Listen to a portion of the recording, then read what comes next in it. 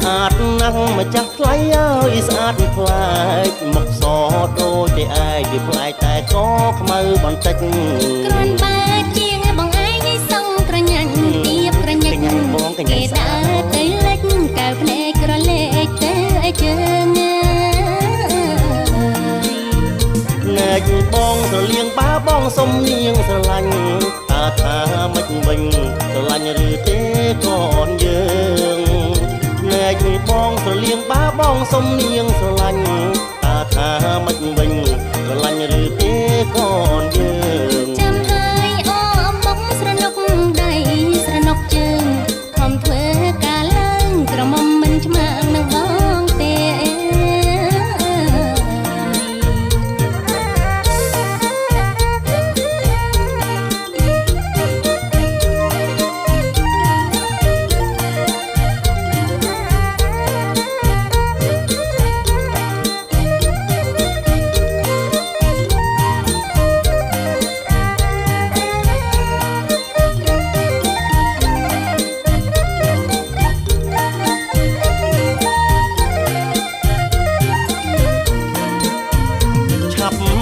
ក្រមុំបងអើយឆាប់ឡើងបងចាំរួចជើងពេលឡើងចុកអងសរសៃ